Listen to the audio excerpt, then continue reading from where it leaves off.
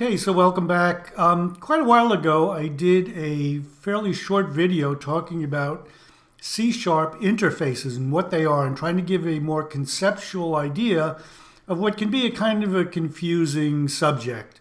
And in fact, they are a fairly straightforward concept if you approach it in the right manner. And what we did is we looked at a very common set of interfaces that most of us are familiar with, and that is the interfaces associated with driving a car. Now, if you get into a car, you know there are a few certain things that you use to interact with the car and cause it to drive. You got a steering wheel, you got a gas pedal, and you've got a brake pedal. And those are how you interface or interact with the car. There's a big complicated engine in here. You don't need to know anything about that, how it works. All you need to know is the steering wheel, the gas pedal, and the brake. And there's some others, but that's basically the concept that interfaces provide in doing C#. So the best way to figure out what something is to look at the definition of what the term is. And an interface is a common boundary or interconnection between systems, equipment, concepts, or human beings. Basically, it's a boundary or an interface or a way to interact with an object, like it is with a car. And then we kind of expanded that to say, okay, if we have like a class of vehicles, of which there are cars, there are trucks, there are motorcycles, and so on, all of these vehicles have a commonality in the interfaces. In other words, they all have steering, they all have gas pedal, and they all have brakes. And there's other commonalities, but those are the main three that you get into a car, you know that you're going to drive it by using the steering, gas, and brake. When you get into a truck, you're going to use the steering, gas, and brake. When you get on a motorcycle, you're going to use the steering, gas, and brake. So they do their job differently, but they all provide these interfaces to the driver. And that's kind of the concept behind interfaces. Now, again, there's other types of interfaces that you can use. There's a transmission, you can interact, you can look at the speedometer, control the headlights, fuel gauge, blah, blah, blah. But we're going to focus on these three main to help to understand this. Okay, so here I am in Visual Studio. I've started up a C# console application, and I've got a few simple things in this application. I've got my main program down here at the bottom. And I've got a car class, I've got a motorcycle class, and I've got an interface. And again, an interface is just a way to define how the user is going to interact with this car class and the motorcycle class, okay? And you're basically extracting from these two types of objects what are the common interface methods and the common interface properties that these have that you can interact with them, okay? So again, I've got three methods here: steering, gas, and brake, okay?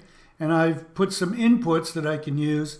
But basically, these just declare that if you are going to be an object that is going to be using this type of interface, you know, a truck or a car, a motorcycle, whatever, you will have these properties and these functions. And to define this, I just use an interface and give it a name. And typically you put a capital I in front of the name of the interface, just so you can, when you're looking at your code, you can say, oh, that's an interface because it starts with an I. So here I've got a couple of properties. You can make this as big as you want, and the three methods. So what this is saying is that if this car and this motorcycle want to use this interface, they will have these properties and these methods. Now, the important thing is we don't care how the car and the motorcycle implement these methods. We just want it to have those methods, so it's a way that we can interact with the car and the motorcycle, and we'll leave all the details up to the individual car and motorcycle classes to actually, figure out. For example, with my steering, do I use a steering wheel as with the car? Do I use a handlebars with the motorcycle? Accelerator, do I use a gas pedal in the car? Or do I use something else in the motorcycle, a twist grip? So again, it's just a way for us to interact with each of these objects with a very common methodology. So now let's look into the car class. And you can see my interface says I will have steering, gas, and brake. And here I've got a method, steering, accelerator, and brake. Okay, so I am providing these interface methods to the user. So if I use a car class, I know it's going to have a steering, accelerator, and brake. Now that doesn't mean I can't have additional methods. For example, with the car, I might have a computer control to control the carburetor and the gas.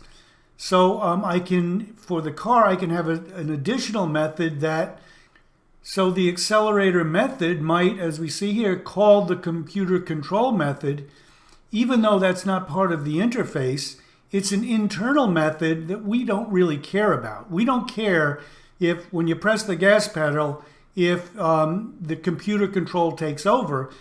But that happens with the car, but we don't care about it in terms of an outside driver, right?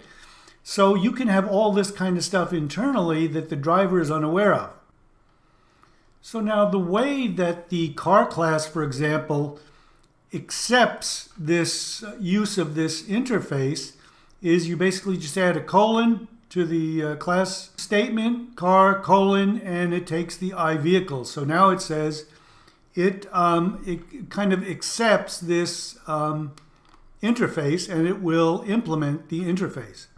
And again, that's beneficial for us as users because we know anything that has this colon and I vehicles is going to have steering, accelerator, and brake methods. It's going to do it however it needs to do it internally for the different types of vehicles, but we're going to be able to interact with it with these same methods.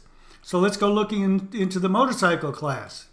And again, we've got the same thing. We've got steering, accelerator, and brake. Now again, here we've added a throttle cable because the accelerator is going to, it may be using a throttle cable to adjust the throttle. So that's going to be a whole different set of procedures. But as users, we don't care. All we care about the interface of steering, accelerator, and brake. We don't care about the implementation, whether it uses a throttle cable or hydraulics, whatever.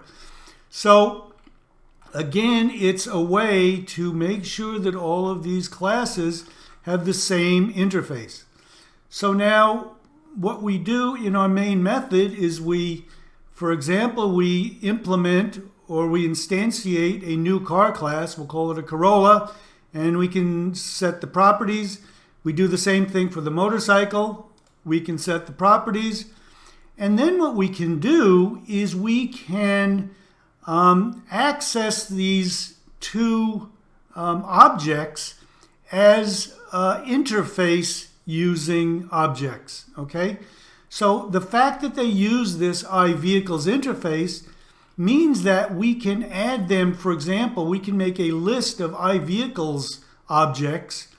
We'll call it vehicles, and now we have a list of things that have accepted the iVehicles interface.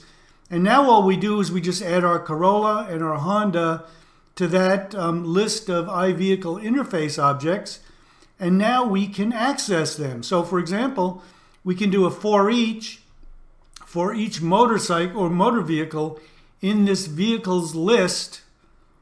We can call the internal accelerator method, feed it a value, and each object will go through and do whatever it has to do its acceleration. However it does it internally, we don't care, but we can go through each vehicle and tell it to do the accelerator, okay? So let's run this and see what we get. So we've got, we're simulating the car's computer controlled throttle.